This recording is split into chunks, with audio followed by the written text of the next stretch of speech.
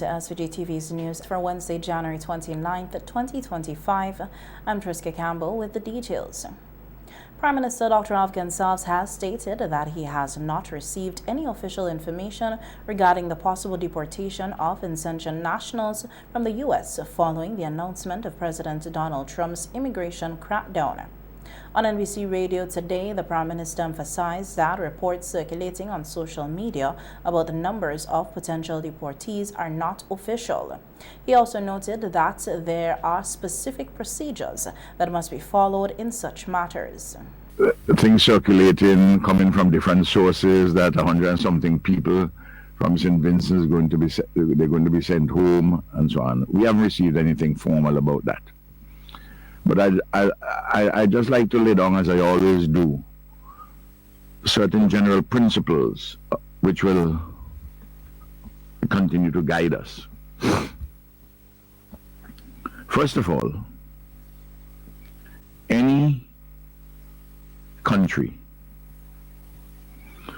within the framework of its domestic law and in accord with international law and best practices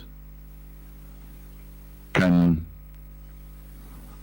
refuse entry to persons who they consider quote-unquote undesirable or deport such persons. The Prime Minister pointed out that every country is obligated to accept deported nationals in accordance with both local and international processes, which include safeguarding basic human rights. A country like St. Vincent and the Grenadines is obliged to receive from another country its nationals who are being deported and who, as I said, are deported in accordance with international law, domestic processes, legal processes, in accord with international law and best practices. So that if you have those conditions which are satisfied, clearly we have an obligation to receive our citizens. Now, the issue of the domestic law is usually very clear, and that would be what you will act on, that sending country would act on first of all.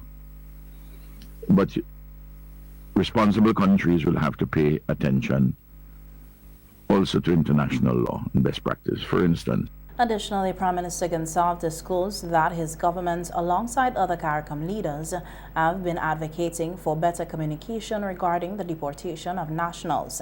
He noted that this communication has often been lacking, leading to confusion and concern. It's been happening,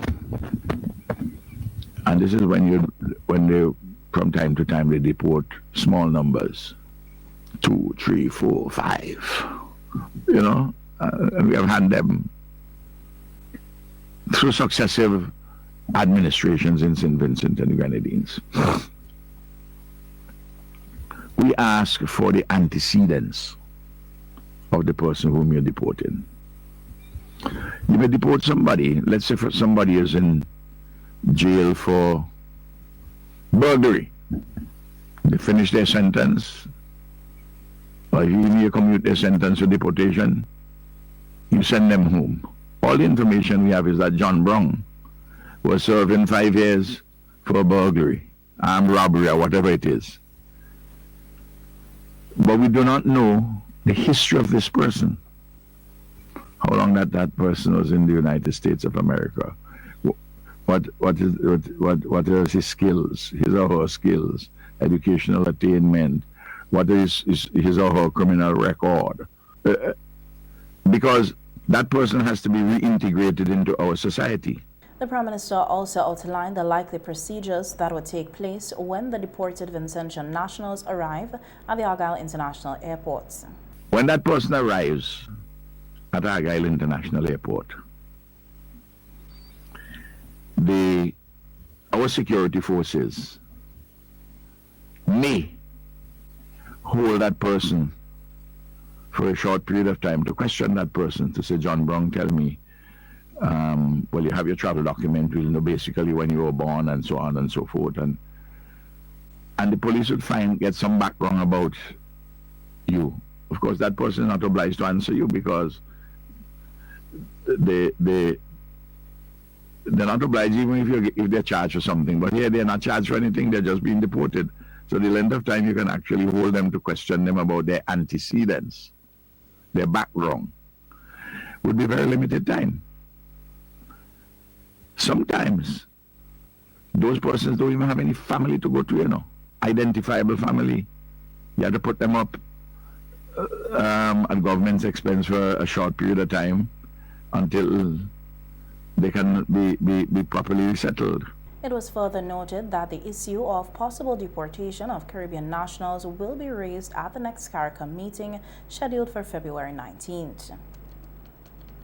Also on radio today, Prime Minister Gonsalves sought to clarify reports circulating about a photograph showing a hole in the runway at the Argyle International Airport, which surfaced after an American Airlines incident last week.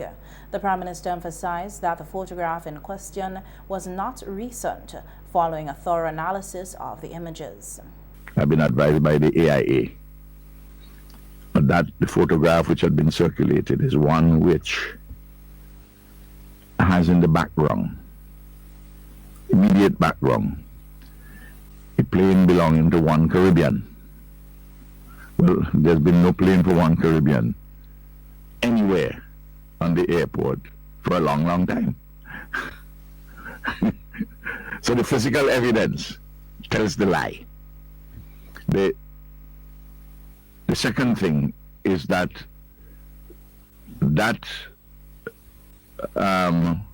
defect was not on the runway. It was in the apron, the parking area for the at the airport. The Prime Minister further noted that Argyle International Airport continued to operate as usual, with all flights following their scheduled times despite the accident and the false reports about the hole on the runway.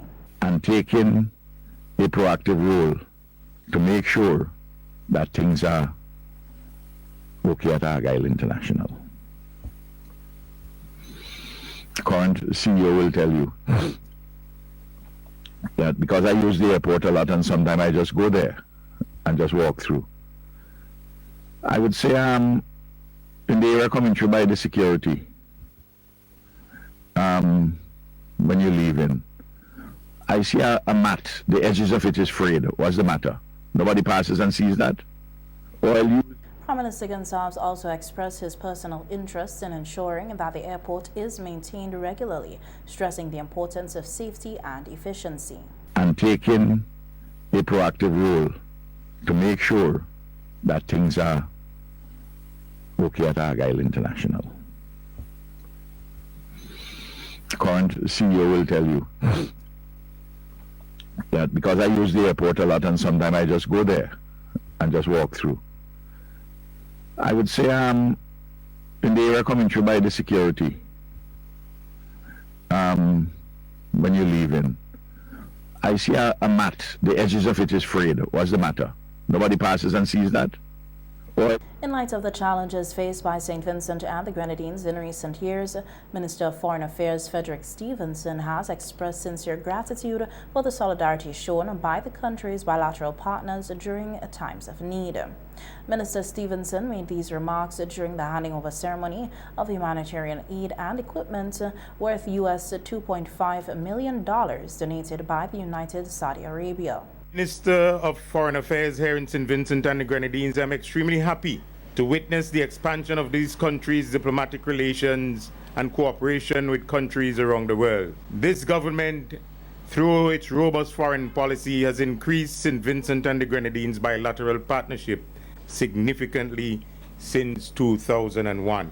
The Kingdom of the Saudi Arabia has been a friend of St. Vincent and the Grenadines since we established diplomatic relations on the 11th of October 2023. The Kingdom of Saudi Arabia and CARICOM has agreed to join efforts to promote peace, security, stability, and prosperity through mutual respect and cooperation between countries and regions to achieve the sustainable development and progress and maintain the rule-based international order based on adherence to international law and to the United Nations Charter.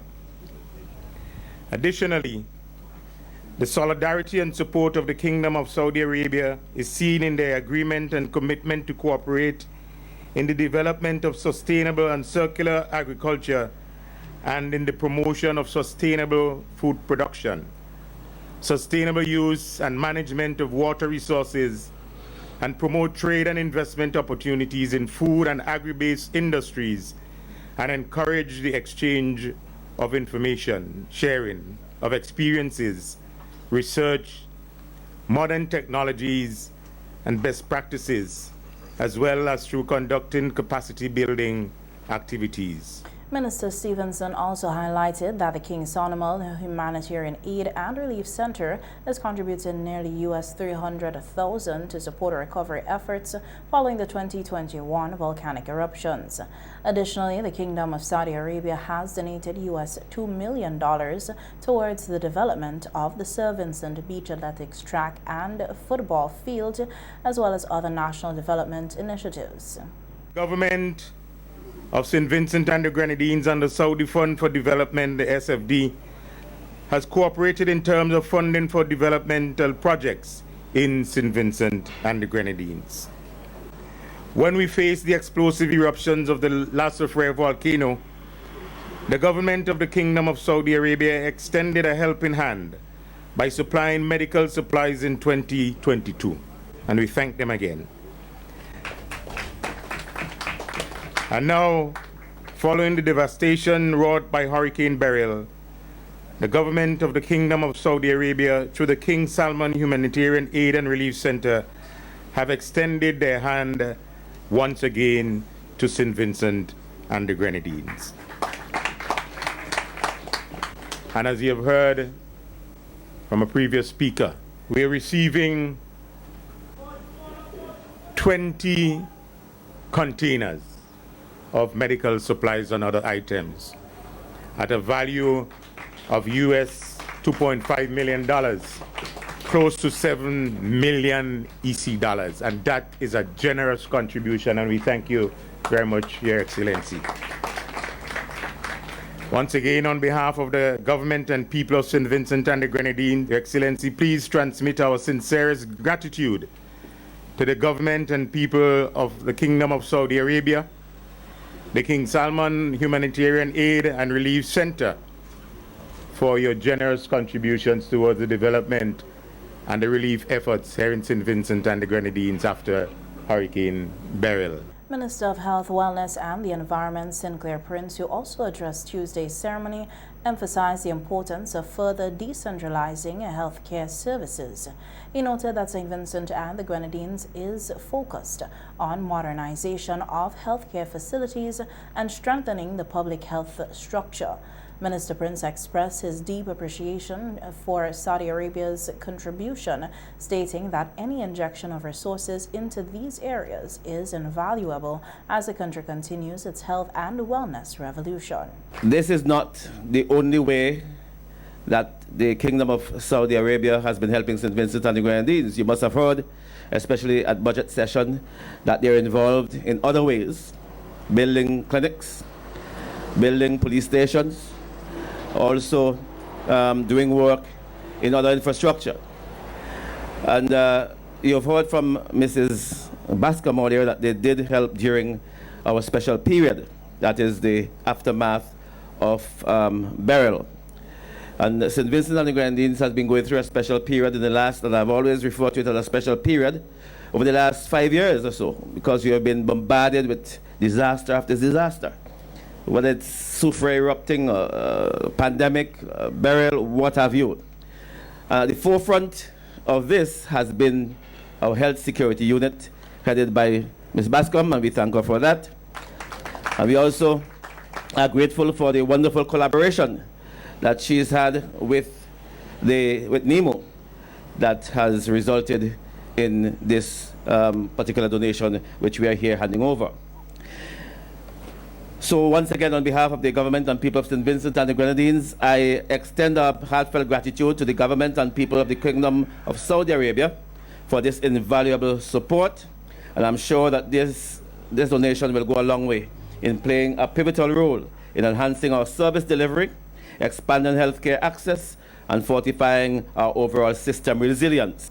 The majority of the aid and equipment will be distributed across healthcare services. The UWI Global Campus St. Vincent and the Grenadines has added 14 new courses to its continuing professional education short course offerings.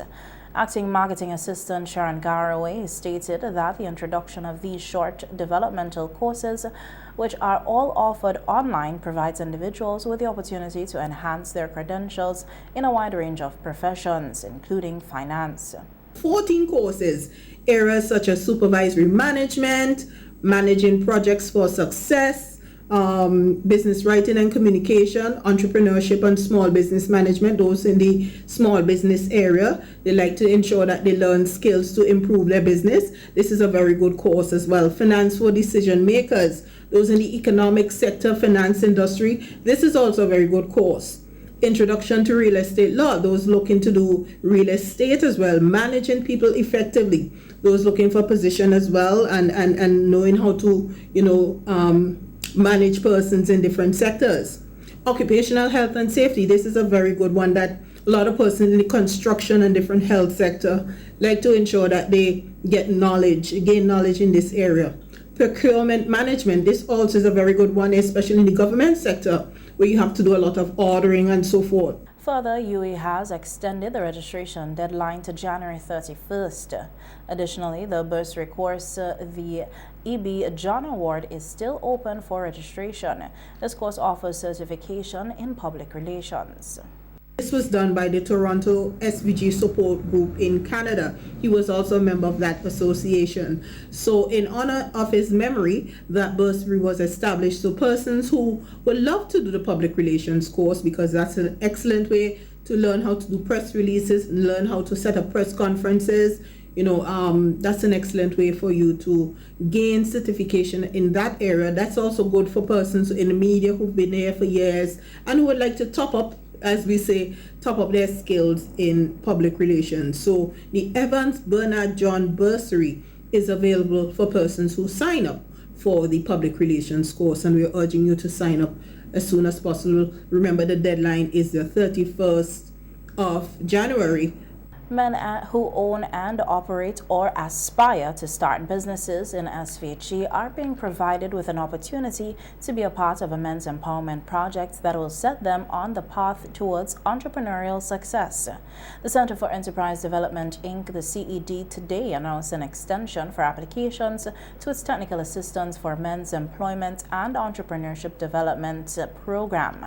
The 6-month project is funded by the Church of Jesus Christ of Latter-day Saints and aims to empower men by equipping them with the necessary skills, resources, and guidance to achieve sustainable employment and entrepreneurial success.